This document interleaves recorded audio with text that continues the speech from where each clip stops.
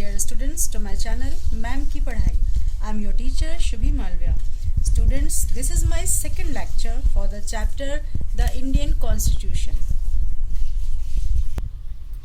So let's start our second lecture and our topic is key features of Indian Constitution. First feature of our Indian Constitution is federalism. Federalism refers to the existence of more than one level of government in the country, such as central and state. In India, students, you have seen that there are two types of government. First is central and the other is state. India में दो तरह की government होती है. एक government जो central होती है उसके हाथ में पूरे देश की पावर होती है, और जो दूसरी होती है स्टेट, उसके हाथ में सिर्फ एक स्टेट की पावर होती है. तो इस तरह से इन पावर्स को डिवाइड किया गया है. That is called the federalism. Second की feature is parliamentary form of government.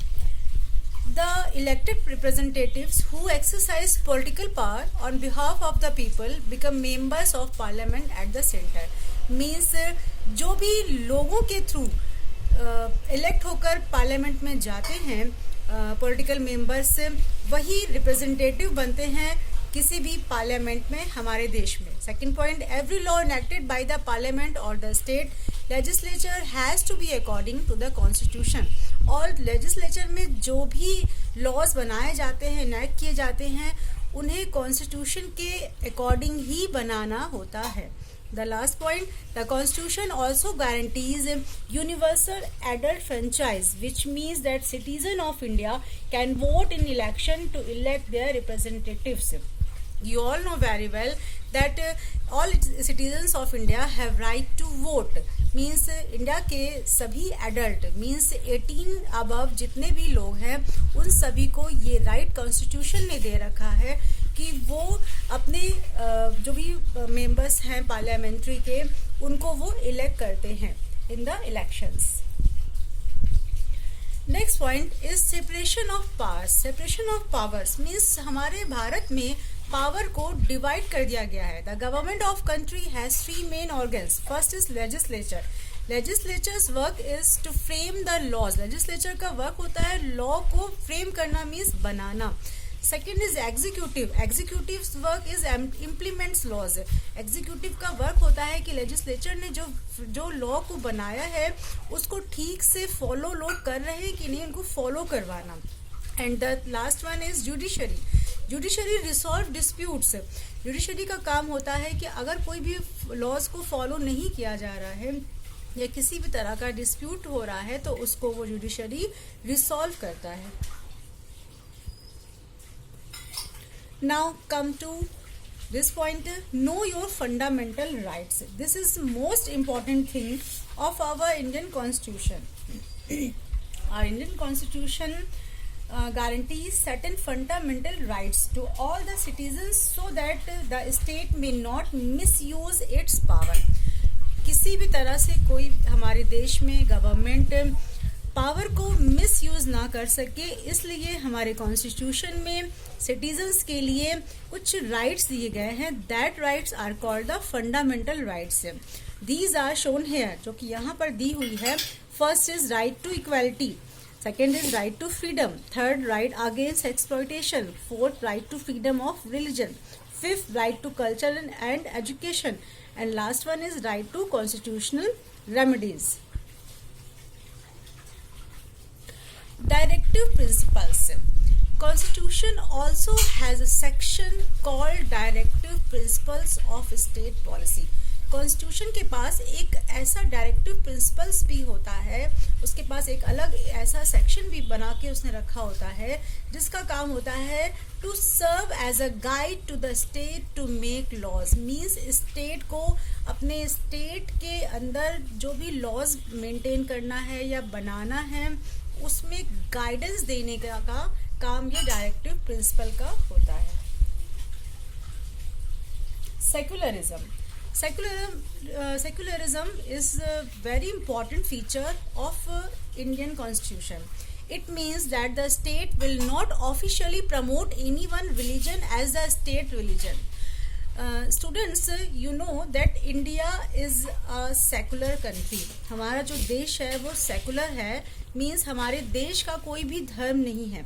But in India there are lots of religion moving. बहुत सारे रिलीजन यहाँ पर हम लोग देख सकते हैं. हिंदू, मुस्लिम, सिख, ईसाई, जैन, पारसी, बौद्ध, बहुत सारे रिलीजन होते हैं. लेकिन हमारी गवर्नमेंट या हमारा कॉन्स्टिट्यूशन किसी भी रिलीजन को प्रमोट नहीं करता है. हमारे देश में कोई भी ऑफिस में या किसी भी स्टेट में कोई भी रिलीजन को प्रमोट नहीं किया जाता है. We all look equally with all the religion. Now, the last topic is fundamental duties of Indian citizens. Our constitution has also decided some fundamental duties for Indian. हमारे constitution ने कुछ fundamental duties भी citizens के लिए, India के लोगों के लिए डिसाइड किया हुआ है, जिसे हम सबको फॉलो करना है. जैसे हम सबको फंडामेंटल राइट्स दिए गए हैं, वैसे ही हम सबको कुछ ड्यूटीज़ को भी फॉलो करना होता है. First one is abide by and respect the constitution, the national flag and the national anthem. Means हम सबको कॉन्स्टिट्यूशन को अबाइड करना है, मीन्स फॉलो करना है. नेशनल फ्लैग और नेशनल एंथम को हमें रिस्पेक्ट देनी है. Cherish and follow the noble ideas of freedom struggle. Freedom struggle के जितने भी आइडियाज़ हैं, इन सबको हमें और पावरफुल बनाना है और उनको बढ़ाना है. Uphold and protect sovereignty, unity and integrity of India. हमें भारत की एकता, अखंडता को बनाए रखना है, जिससे कि हमारा देश और अच्छा बन सके. Next one is defend the country and render national service when required. Means हमारे देश को जब भी कभी ज़रूरत हो तो हमारे देश को बचाने के लिए लोगों को आगे आना चाहिए.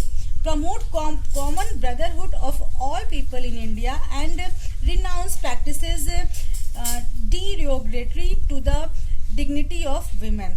हमारे देश में ब्रदरहुड की भावना मीन्स भाईचारे की भावना को बनाए रखना चाहिए और विमेंस की डिग्निटी को बनाए रखने का यहाँ पर एक फंडामेंटल ड्यूटी दी गई है कि हर विमेंस की, हर महिलाओं की हमें रिस्पेक्ट करनी चाहिए, उनको सम्मान देना चाहिए और आपस में भाईचारे के भावना के साथ में रहना चाहिए.